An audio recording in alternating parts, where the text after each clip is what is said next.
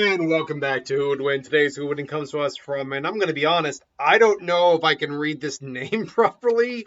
When I wrote it down, I just don't know.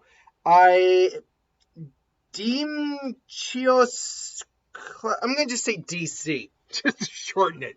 Who asked the question? Who in a fight? The tall man from Phantasms, which, by the way, I'm assuming is who you're talking about, because the only other tall man I could find was the tall man who was based on the movie called The Tall Man, and that has nothing to do with the supernatural. Versus Sans from Undertale. Both are supernatural beings who are very powerful in their own right, but both are very different. The Tall Man, who his full name is Jebediah Morningside, is one of the main antagonists of the Phantasm series. He just usually has the appearance of a very large man, very tall man, and a formal suit.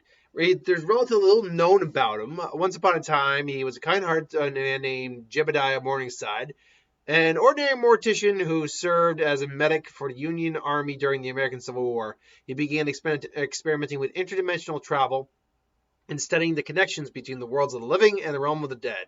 He does this to learn the mysteries of life and death, even to achieve immortality. After perfecting a machine that will allow him to travel between worlds, he stepped through the gateway. Upon his return, he was no longer Jebediah, but the cold and evil being known as Mike Pearson, and his friend Reginald as the Tall Man. It can only be speculated that while in a different dimension, his body was possessed by another intelligence, or that his physical likeness had been assumed by another otherworldly entity, evil most likely, while killing off the original man.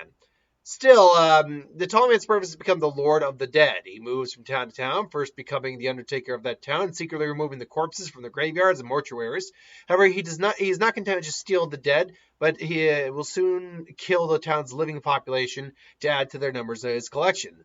Dwarf-like creature he creates from the bodies of the dead serve him in the other world, or in our world. He also transports them back to his own dimension. It is possible he uses them as slave labor for his own world, the way he uses 2 legions of the undead minions called the Gravers in the Demon Troop. Anyway, he's an evil entity. He's but he's extremely powerful. His abilities include things like telekinesis, immortality, access to an otherworldly technology that creates monsters. He's extremely intelligent, enhanced physicality, strength, stealth, ability to make severed body parts become independent orgasms. These little creatures can command sentinels. What the hell? Winochronis? Okay, that's a new one on me. I've never heard this one before.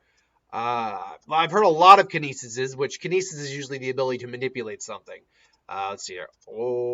One Erokinesis. The ability to psychically manipulate dreams and okay, so it's dream manipulation. Good to know.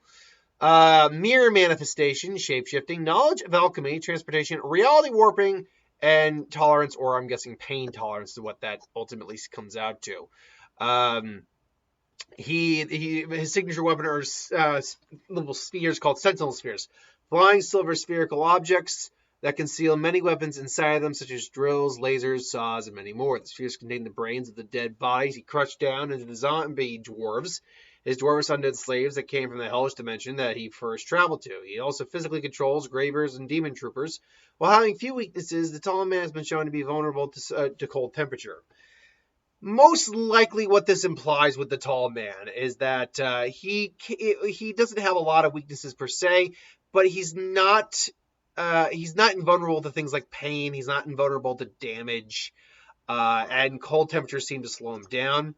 So he must clearly have a certain level of weakness to him when it comes to physicality. Sans, or Sans Papyrus, or whatever you want to say his full name is, depending on it, Papyrus is his brother. Sans is the brother of Papyrus and a major character in Undertale. His first appearance is in the Snowden Forest after the protagonist exits the ruins. He serves as a supporting character in the neutral true pacifist routes, so forth and so on. His appearance is that of a relatively short and paunchy skeleton. His personality is often lazy, often sleeping through a job and taking breaks. His laziness is a combination of fatalism and apathy, as he is aware of the timeline's resets. He enjoys being mischievous, despite being apathetic towards life. He is considered to be he is considered to those he cares for.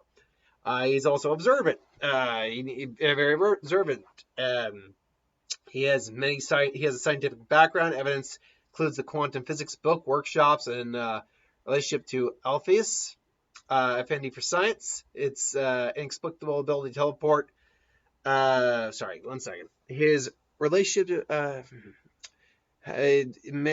Sans may have a scientific background. Evidence includes the quantum physics book workshop.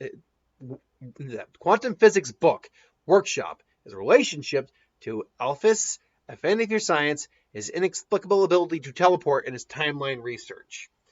In terms of what he is capable of actually doing, though, in a fight, Sans, whatever, is the final. His fight is what they consider the most difficult in the game among players. Sans uses bones and straight beam projectiles that emerge from his skeletal face, knowing Turley as gaster blasters.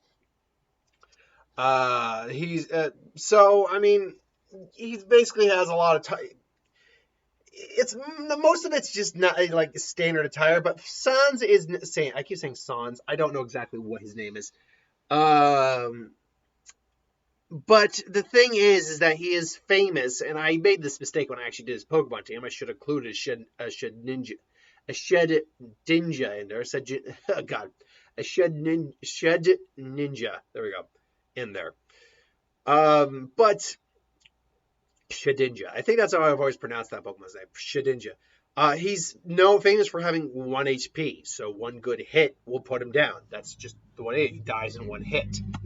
And when you really break it down, that is a problem, because while he does have some abilities that would be maybe detrimental to this character, the fact is that the Tallman's actual weaknesses are not many and not well listed, and he has a lot of, tech and minions and abilities himself that could be used to counteract, his fighting style, Sans' fighting style. So ultimately, if these two fought, while a severe hit would be damaging for him, the Tallman, just 1 hit of anything. He can just have his Sentinels come in and attack Sans.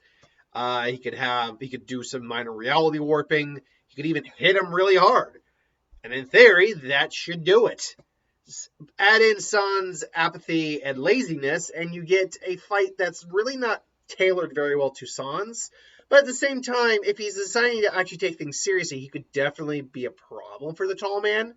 No doubt about that, and probably could even do some serious long-lasting damage.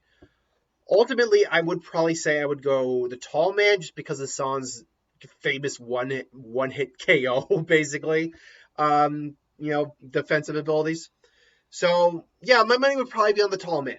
But I say this with the admission that I don't know a huge amount of these characters. I've had Sans on here once or twice. The Tallman's a relatively new character for me to be using in the Who Would Win series. I didn't watch Phantasms, so I don't know. What do you think? Let me know in the comments below. But thanks for watching. Hope you enjoyed. Like, comment, share, subscribe. And as always, if you want us to review something, put in the comments below. Let us know. We'll do a review of it at some point. Hit that bell if you want to be notified, and I'll see you later.